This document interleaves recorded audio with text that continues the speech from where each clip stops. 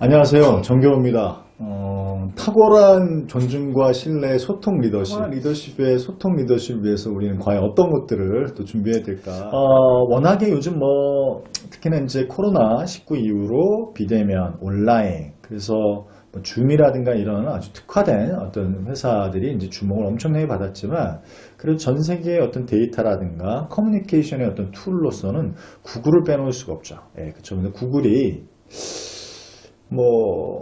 비용 자체는 모르겠습니다만, 아무튼 작지 않은 돈을 들여서, 최강의 팀을 한번 조사해봐. 최강 조직은 어떤 특징이 있어? 라고 조사를 해봤더니, 그 강한 팀워크에는 공통적인 현상이 있었다고 합니다. 그게 뭐냐면, 여러 가지 투명성, 신뢰성, 이런 가지 있었지만, 그걸 한마디로 표현하면, 에이미 에드먼스 교수죠? 두려움 없는 조직을 썼던 그 교수의 사실은, 한마디의 용어로 정리하면 심리적 안정감이었다고 얘기합니다. 그러니까 심리적 안정감을 가진 구성원들이 있는 조직은 강한 팀워크를 발휘를 하는데, 그 심리적 안정감이라는 게 뭐냐면 두려움을 느끼지 않고 타인에게 어떤 얘기를 하더라도, 그러니까 바보 같은 얘기를 하더라도 괜찮다고 여김을 받을 수 있는 감정, 그러니까 내가 업신여기거나 무시받지 않더라도 어떤 얘기를 개진할 때, 그래서 이 심리적 안정감이 있는 조직이 최고의 강한 팀워크를 자랑했는데, 이 심리적 안정감을 어떻게 늘릴 수 있냐, 이거 어떻게 확대할 수 있냐 봤더니, 그 방법으로 가장 최적의 방법이 활발한 피드백이었다, 이렇게 얘기합니다.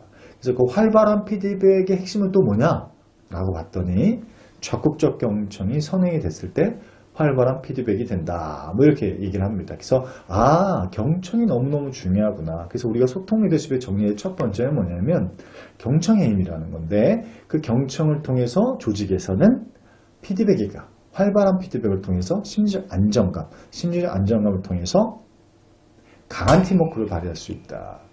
하나의 예를 들면 우버라는 회사, 우리나라는 들어올 수가 없는 구조라서 그렇죠? 어찌 보면은 이제 그런 어떤 우버의 드라이버들 이런 것들 운영하는 이제 다양한 플랫폼 회사죠. 근데 이 우버에서는 그래서 이 활발한 피드백을 위한 경청을 위해서 제도를 정한 게, 회의 시간에 핸드폰 하지 마라, 핸드폰을 덮어놔라, 이렇게 얘기를 하는 거죠. 저는 적어도 이 부분들에서 우리에게도 굉장히 시사하는 바가 좀 크지 않나, 이렇게 좀 말씀을 좀 드리면서 재밌는 얘기 또 하나 드릴까요? 네. 이수인 장군, 너무 식상할 수 있습니다. 그렇죠? 근데 이수인 장군이 진짜 소통 리더십의 대가였다라는 거죠. 여기서 재밌는 질문 하나 드리도록 하겠습니다. 자, 이거 맞히시는 분은 뭘 드릴까? 노트북을 드릴까? 뭘 드릴까? 자, 이수인 장군 빠질 수 없는 게 뭐야? 거북선이죠. 거북선. 그쵸? 거북선을 만든 사람이 과연 누굴까? 자, 이수인 장군을 대부분 알고 있지만, 거북선을 제안하고 거북선을 실제로 만든 사람은 이수인 장군이 아닙니다. 이수인 장군이 탁월한 이유는 23전 23승을 할 수 있는 이유는 부하와의 소통이었고, 예를 들면 작전과 관련돼서는, 그러니까 어떻게 보면 전쟁의 전술과 전략에 대한 부분은 어떤 것더라도 마음을 다 열어놓고 들었다라는 것인데, 대표적인 예가 명량해전을 보시게 되면 울돌목이라고 하잖아요. 그렇죠? 울돌목. 근데 그 울돌목 자체를 알 수 있기는 이수인 장군도 거기 출신이 아니기 때문에. 근데 영화에도 나오고 있지만 할아버지가 여기 나와서 이렇게 딱 안내를 해주죠. 안내를 해주고 지도해주고 그거에 대해서 이제 알려주다 보니까 거기서 전술과 전략을 짜게 되는 건데, 거북선을 이수인 장군이 만들지 않았습니다. 자, 누가 만들었을까? 자, 맞히시는 분은 제가 특별한 선물을 뭘 드릴까? 하트를 드릴까? 네, 뭘 드릴까요? 네, 이수인 장군이 아니라 나대용 장군이라는 사람이 만들었습니다. 이 나대용이라는 사람이 찾아간 거죠. 왜냐, 일본의 해전은, 우리나라는 만약에 해전을 치르게 되면 대부분 포술이에요. 그쵸? 포술. 근데 일본은 검술이에요. 소위 말하면 육박전을 하는 겁니다. 걔네는 그냥 부딪혀서 올라가서 칼로 창창창창 하는데, 우리나라 조선수군은 그쵸? 그래서 근접전이 아니라 원격전으로 이렇게 싸우는.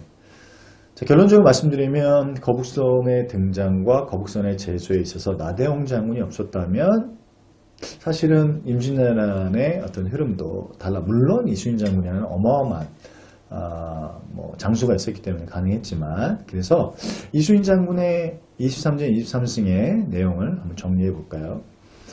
본 것을 본 대로 보고하고 들은 것은 들은 대로 보고하라. 본 것과 들은 것을 구별해서 보고해라. 보지 않은 것과 듣지 않은 것은 이런 방구도 보고하지 마라. 자, 이 핵심은 뭐냐면 팩트 중심으로 해서 사실에 대한 부분만 보고해라. 그 어떤 것도 감정을 개입시키지 말라라는 것인데, 사실은 우리는 좋은 리더가 되길 바라는데 많은 구성원들에게 조사를 해보면 실제로 최고의 1위 조건으로 나왔던 리더의 조건은 뭐 감정적으로 따뜻하고 인간적이고 뭐 이런 리더가 아니라 의외로 정확한 리더였습니다. 정확하게 명확하게 예측 가능한 리더가 굉장히 존경받는 부분이었다라는 것이죠. 저는 이 부분들이 우리에게도 시사하는 바가 굉장히 좀 크다라고 생각을 합니다. 리더로서 좋은 게 좋은 거가 아니라 명확하게, 그래서 당과 채찍이라고 할 수 있겠죠. 그런 맥락으로 이해하시면 좋겠습니다. 오늘 또 재밌는 사실 아시는 분도 굉장히 많을 텐데 나대웅 장군 기억해야 되겠죠. 네. 그리고 우리가 다음 장에서 보게 되면 재밌는 이제 일화인데 벌과 파리의 실험이에요. 근데 이 벌과 파리의 실험은 너무 유명한 실험인데 많은 사람들이 잘 몰라요. 네, 그래서 고든 시우 박사의 나의 경험과 지능. 그래서 이렇게 설명을 드릴게요. 우리가 벌과 파리의 실험을 이해하기 쉽게 말씀을 좀 드리면, 벌이 똑똑합니까? 파리가 똑똑합니까? 보통은 벌이 좀 똑똑하죠. 그죠? 똥파리 들어봤지만 똥벌은 들어본 적이 없잖아요. 그쵸? 그래서 이게 큰 어떤 그 유리병에다가 벌과 파리를 몽땅 집어넣는 거야. 그래서 파리와 벌이 이제 병 안에서 탈출하는 어떤 실험인데, 보통은 병 뚜껑이 열린 쪽을 이제 밝은 쪽으로 향하게 하고, 그러니까 고든스유 박사는 어떻게 조작했냐면 병의 바닥을 밝은 쪽으로 향하게 하고 병의 뚜껑을 열린 쪽으로 향하게 했어요. 이해되시죠? 그러니까 병이 열린 쪽은 어두운 쪽으로 향하게 하고 병 바닥은 밝은 쪽으로 향하게 했습니다. 자, 그러면 대부분은 어떻게 생각하죠? 나름대로 똑똑하다라고 생각을 하면 어떻게 할까요? 밝은 쪽으로 출구나겠다 이렇게 생각을 하잖아요. 그래서 막 밝은 쪽으로 이제 나오려고 벌은 소위 말하면 이제 바닥을 막 두들겼겠죠.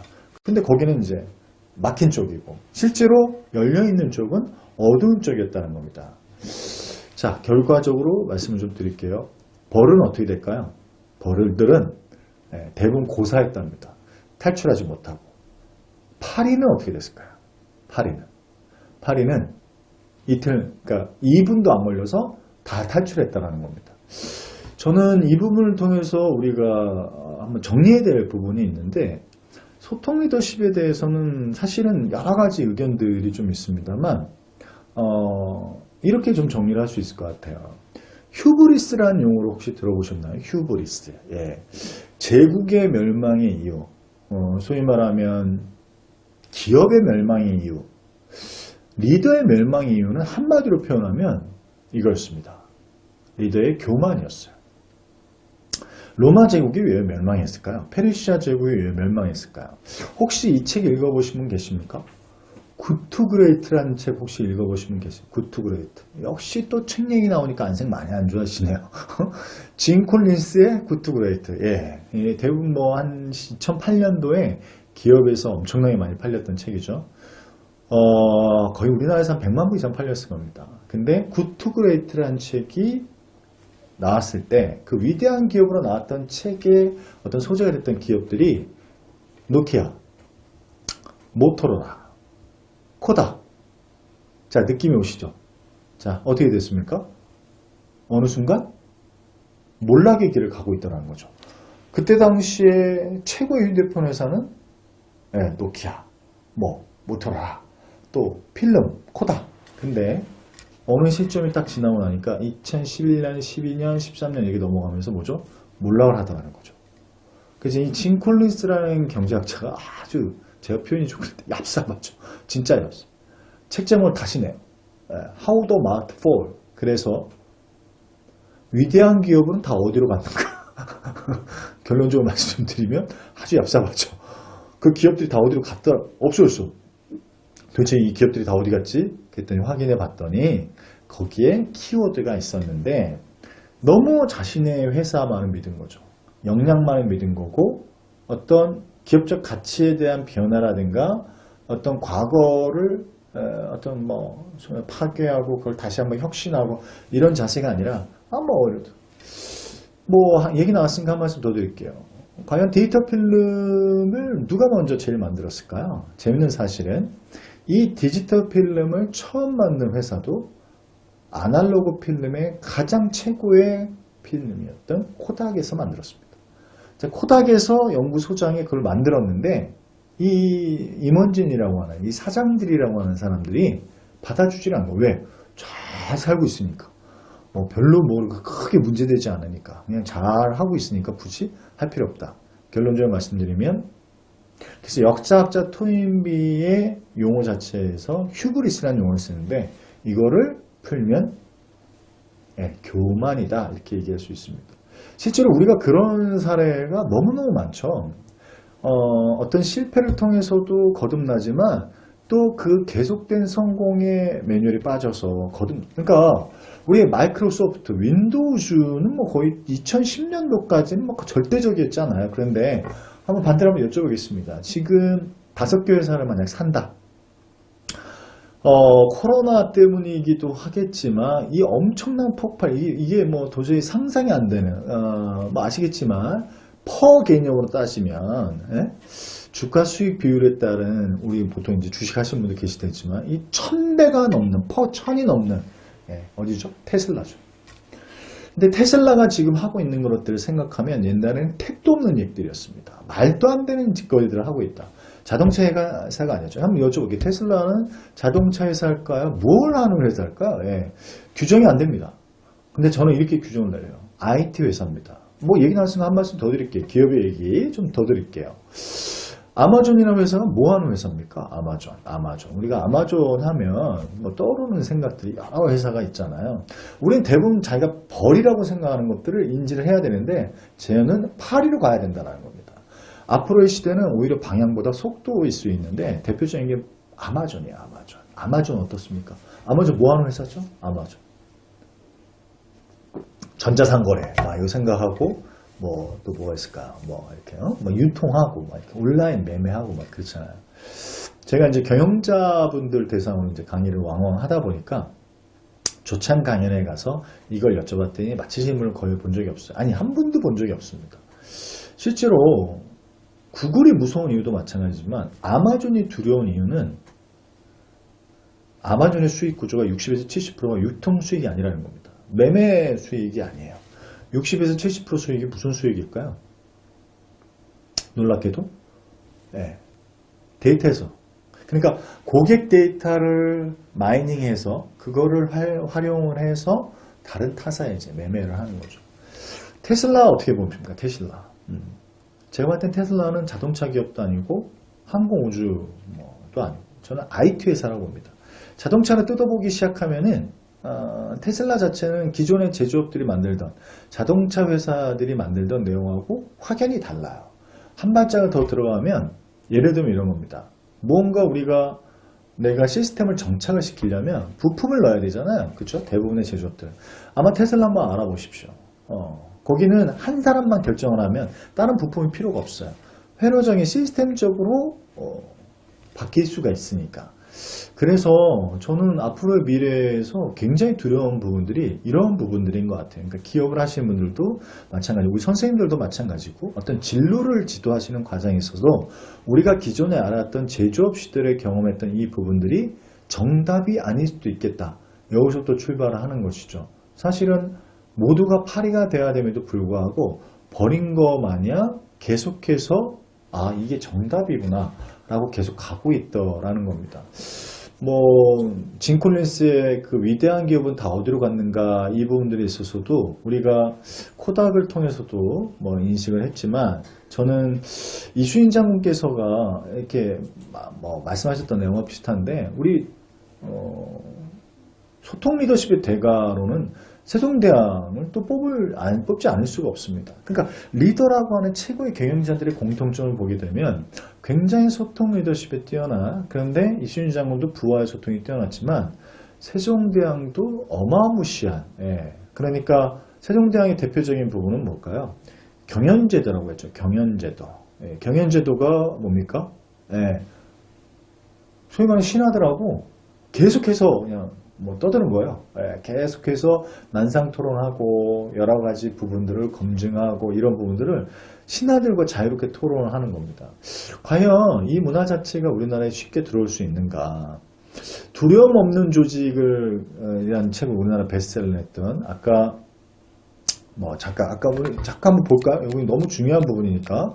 요 심리적 안정감을 했던 요 부분을 썼던 사람이 에이미 에드먼스라는 교수인데, 이 두려움 없는 조직의 이 교수가 이렇게 얘기를 합니다. 사실은 어찌 보면은 리더라고 하는 사람들이 용기가 없다. 리더라고 하는 사람들이 그 부분에 대해서 인정할 수 있는 용기만 있으면 되는데 이게 쉽지가 않은 거야. 그러니까 겁 없는 조직과 두려움 없는 조직은 하늘과 땅 차이인데, 실제로 겁 없는 조직이 오히려 나을 수도 있는데, 이 두려움에 대한 부분들을 너무 많이 느끼는 게 실제로 리더가 많이 느낀다는 거죠. 그러니까 우리가 보통 이제 밑에 직원들이 이렇게 치고 올라오면 그 치고 올라오는 부분들에 대해서 저 사람 의견을 인용하는 순간 내가 리더십에 대한 부분을 헤게모니를 넘어간다고 생각하는 게 인간적인 얘기라는 거죠. 그러면 우리나라에서는 과연 이것을 어떻게 해야 될 것인가 라고 생각을 해보면 이게 동양 문화적인 부분과 서양 문화적인 굉장히 많이 부딪히는 것 같습니다. 너의 얘기를 내가 들어주겠다라고 결단을 내는, 그러니까 뭐 이번 시간 우리 과정 자체가 소통 리더십에 대한 부분인데 코칭 리더십도 마찬가지인 것 같아요. 그러니까 매 순간마다 내가 정답이라고 하면 코칭도 이루어질 수가 없어요. 우리가 코칭과 멘토링의 차이는 뭡니까? 코칭과 멘토링의 차이.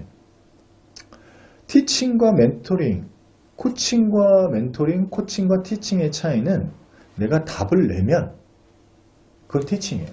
답을 주면 그건 멘토링이에요. 근데 코칭은 답을 주는 게 아니죠. 내가 답을 인정해 주는 거죠. 너의 얘기가 맞을 수 있겠다. 그러니까 지지해주고 응원해주는 건데 이게 다 연결이 되지 않습니까?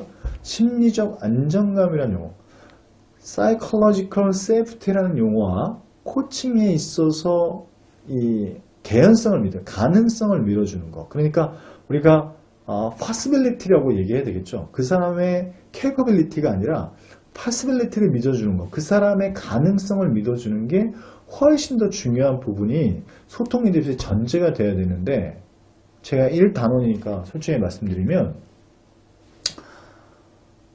내가 어떤 부분들에 대해서 이미 매뉴얼화 되어 있는 상태에서는, 그러니까 너가 정답일 수도 있겠다라는 과감한 어떤 사람에 대한 인용이라든가 인종이 들어가지 않으면 소통 리더십이 이루어질 수가 없습니다.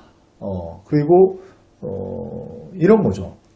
우리가 기업도 마찬가지고 조직도 마찬가지고 개인도 마찬가지고 시대가 엄청나게 변화하고 있고 엄청나게 혁신을 일으키고 있잖아요. 방향이 아니라 속도라고 얘기를 하잖아요. 현장에 대한 부분이라든가 우리가 제가 주로 기업에서 강의를 많이 하다 보니까 이 사이코로지컬 세이프티에서 굉장히 강조를 많이 하는데, 이 세이프티에 대한 부분이 들어오지 않으면 그 어떤 사람도 도약하고 도모하는 어떤 부분들에 대해서 도전하려고 하는 부분들은 가지 않는다는 겁니다. 진로에 대한 부분도 그런 거 아니겠어요? 우리가 거창고등학교인가요? 거의 10개명.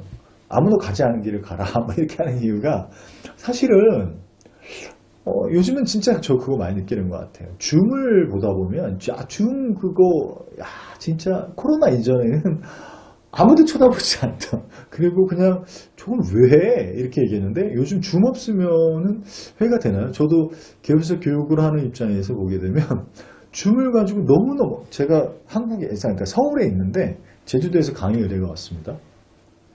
제주도에서 오프라인으로 해야 되는데 만약에 온라인으로 하고 싶으면 거기 와서 현지에, 그러니까 제주도에 와서 스튜디오 안에서 이렇게 하자라고 얘기를 하더라고요. 제가 이렇게 얘기했습니다. 아, 그러면 이렇게 어떻겠냐. 가는데 비용도 들고 시간도 드니까 내가 내 집에서 줌으로 하겠다. 예, 그래서 그때 60명씩 했는데 정말 아침 9시부터 시작해서 2시간 반, 오후 2시간 반 이렇게 진행을 했었거든요. 예, 제가 8시 반에 8시 반에 딱 일어나서 위에 이렇게 샤워한 다음에 위에는 와이셔츠를 입었지만 밑에는 아무도 몰라요. 예, 밑에는 그냥 팬티바라 그냥 그 상태에서 너무나 자연스럽게 강의를 하고 강연을 했는데 너무 잘 끝났습니다. 어떤 사람도 컴플레인이 안 나왔어요. 예. 줌이라는 도구가 없었다면, 근데 이 도구, 그러니까 저는 세상에 버릴 게 하나도 없구나. 적어도 우리가 앞으로 나가는 방향들과 어떤 속도에 대한 부분에 있어서도, 그래서 스킬이 아니라 스피릿인데, 그 스피릿은 우리 리더분들이 가져야 될 첫 번째 부분이 다 비울 줄 알아야 되고 내려놓을 줄도 알아야 되는 거죠. 저는 소통일시적 강의를 하다 보면 그때도 그랬지만 이 줌은 도구거든요. 온라인의 영상, 이 부분도 지금 영상으로 다 만나 뵙는 것도 사실은 좀 오프라인보다는 임팩트가 좀 떨어지죠. 저는 이렇게 사실은 얼굴도 뵙고 이렇게 좀 이렇게 대꿔받고도 좀 하고 그렇죠? 이렇게 답도 좀 하고 이렇게 해야 재밌기도 하고 저도 이게 좀 약간 드라이 하잖아요. 그런데 시간, 가성비로 따진다면 이걸 따라할 수가 없겠죠. 하지만 모든 건 한계가 있다고 생각합니다. 온라인도 분명히 한계가 있고 오프라인도 한계가 있는데 이게 적절하게 이제 밸런싱을 맞춰갈 거라고 생각을 합니다. 저의 1단원에 있어서 계속해서 이 부분을 강조했던 이유는 이 심리적 안정감을 우리가 구성원들이라고 하는 혹은 그 대상자이라고 하는 부분들이 나에게 여과 없이 어떠한 부분들의 제한 없이 과감하게 털어놓을 수 있었을 때 거기에 키포인트를 잡아서 우리가 올바르게 리딩을 할 수 있지 않나. 그래서 내가 벌이 아니라 팔이라는 걸 인정하는 거. 그 팔이라는 걸 인정한다는 건 나의 선험적 경험과 지능을 버릴 줄 알아야 되는 거죠. 내가 그게 틀릴 수도 있겠구나. 근데 이게 쉽지가 않아요. 특히 뭐죠? 나름대로 우리 선생님들도 이제 공부 많이 하셨잖아요. 저는 요즘에 진짜 깜짝깜짝 놀랍니다. 기업들을 강의를 나가잖아요. 얼마나 재밌는지 아십니까? 최근은 아니고 한 1년 전인데 IT 기업에 강의를 나갔어요. 리더십 특강입니다. 근데 울산에 있는 모 직원들인데 서울 쪽에 이제 와서 모르겠어요. 컨퍼런스 때 많은지 모르겠지만 한 100여 명. 그래서 이제 그 사장님하고 뭐 이렇게 한 티타임하고 의전 비슷하게 하고 그리고 이제 강의를 이제 시작하려고 하는데 사장님이 저한테 이렇게 묻더라고요. 혹시 오늘 저희 직원들 한 100명 있는데 혹시 박사급이 몇 명인지 혹시 아세요? 대표님 그래요. 저한테 그러시더라고요. 그래서 제가 글쎄요. 근데 그 사장님도 공학 박사였어요. 그 사장님도 공학 박사였는데 박사가 몇 명이나 됩니까? 한 10명 됩니까? 한 뭐 20명? 20명? 한 5명, 10명? 그 사장님이 그러시더라고요. 저희 IT 회사인데 직원 중에 80%가 80%가 박사랍니다. 50% 이상은 해외 박사. 뭐 회사 명칭 얘기를 안 하겠습니다. 굉장히 잘 나가는 회사였는데 자, 결론적으로 말씀드리면 뭐냐면 요즘 유튜브도 있고 너무 다양한 채널들이 있어요. 그래서 상대방에게 있어서도 마찬가지고 나에 대해서도 마찬가지고 우리가 서로에게 심리적인 어떤 부분도 용인하겠다라는 그런 안정감 뭐 동일하게 쓸 수 있겠죠. 그런 맥락으로 이해를 하셔서 접근하시면 좋을 것 같아요. 그래서 마지막 문장은 전 이렇게 정리를 하고 싶은데 나의 경험과 지능이 때때로 변화와 혁신에 큰 장애가 될 수 있다. 그래서 끊임없이 벌이 아니라 파리의 자세로 어떤 리더십을 발휘한다라는 어떤 자세를 취하는 것이 우리가 탁월한 존중과 신뢰, 소통 리더십의 전제가 아닐까 이렇게 생각을 합니다. 스킬이 아니라 스피릿이다. 스킬은 우리가 잔기술, 뭐 당장의 이런 부분들은 접목이 가능했지만 스피릿, 이건 뭐 정신이자 태도이자 자세자 이렇게 본다라고 하면 소통 리더십은 스피릿이다. 이 부분 꼭 잊지 않으셨으면 좋겠습니다. 자, 그럼 다음 단원에서 또 이어서 말씀드리도록 하겠습니다.